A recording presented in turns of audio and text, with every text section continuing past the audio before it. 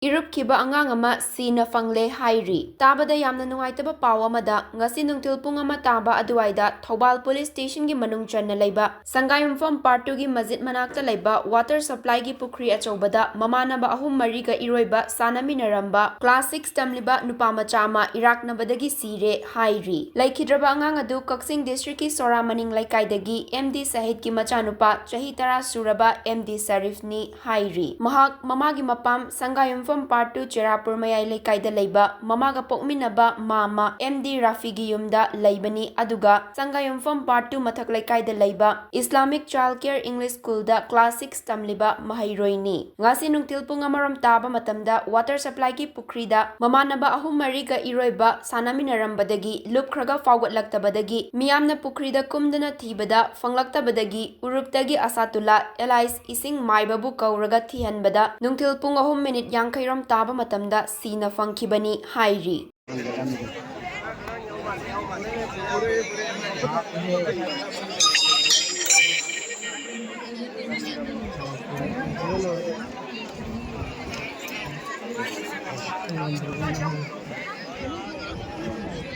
Dịp thân là cũng giàu như có nghe video mà sẽ đâm bên này gì